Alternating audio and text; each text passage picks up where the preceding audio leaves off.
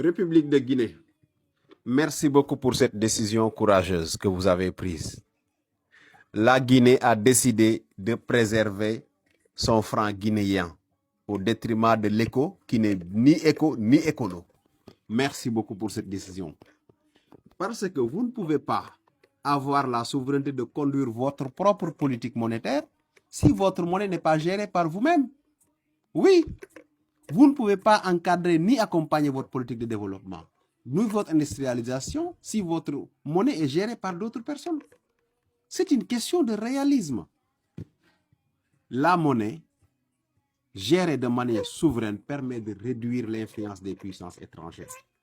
Et également, elle vous permet d'éviter ou bien de résister aux fluctuations imposées par les devises dominantes et également aux crises géopolitiques. Rien que pour ça, chaque pays doit chercher à avoir de manière autonome sa propre monnaie, au lieu de chercher à se cacher derrière une autre puissance ou un autre pays comme une véritable tapette.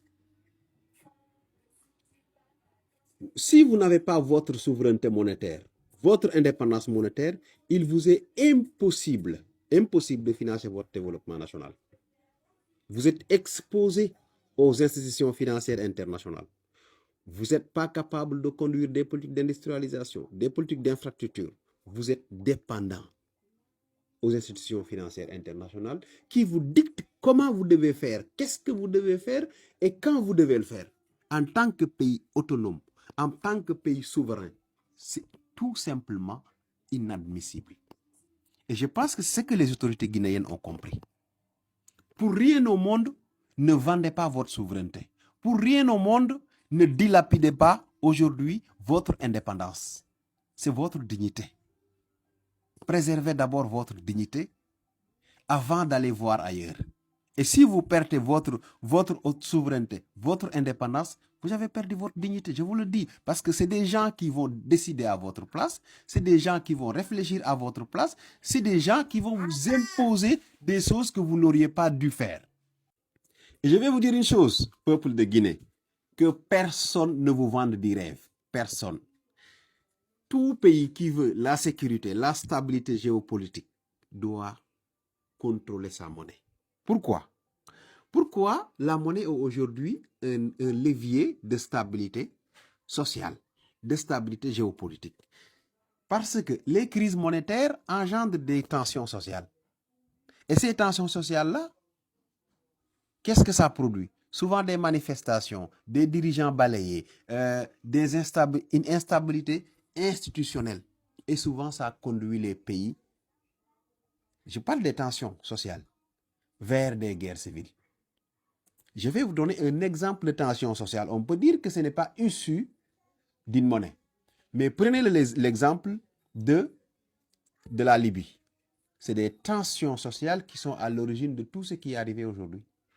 On peut dire que ce n'est pas lié à la monnaie. On le sait. Mais c'est pour vous dire que toute chose qui peut engendrer une tension sociale doit être contrôlée par l'État. Doit être contrôlée de manière souveraine et de manière égoïste. À un moment donné, quand vous êtes un chef d'État, il faut être égoïste dans certaines décisions qui concernent votre État, votre nation, votre peuple. Parce que il n'y a que l'intérêt suprême de votre peuple qui doit primer. Pas autre chose. Pas de l'amitié, pas de la camaraderie, pas de la coopération.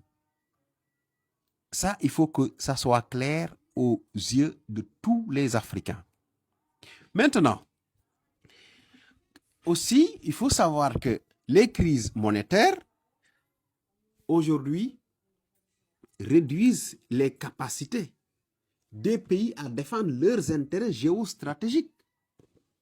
Je vais vous donner l'exemple aujourd'hui de nos pays, nous les Ouest africains, qui utilisons le franc CFA. À un moment donné, il y a des débats, il y a des décisions qu'on ne peut pas prendre et qui nous concernent.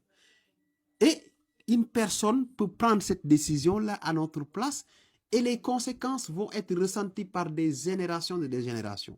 Je peux vous donner un exemple. Le plan d'ajustement structurel a été décidé dans un bureau Dans un bureau, 14 pays en souffrent jusqu'à aujourd'hui. C'est ce qui a conduit aujourd'hui à la désindustrialisation de l'Afrique. L'Afrique, franc CFA. C'est ce qui a conduit à la privatisation de tout ce qui faisait le poumon de l'économie de ces pays-là.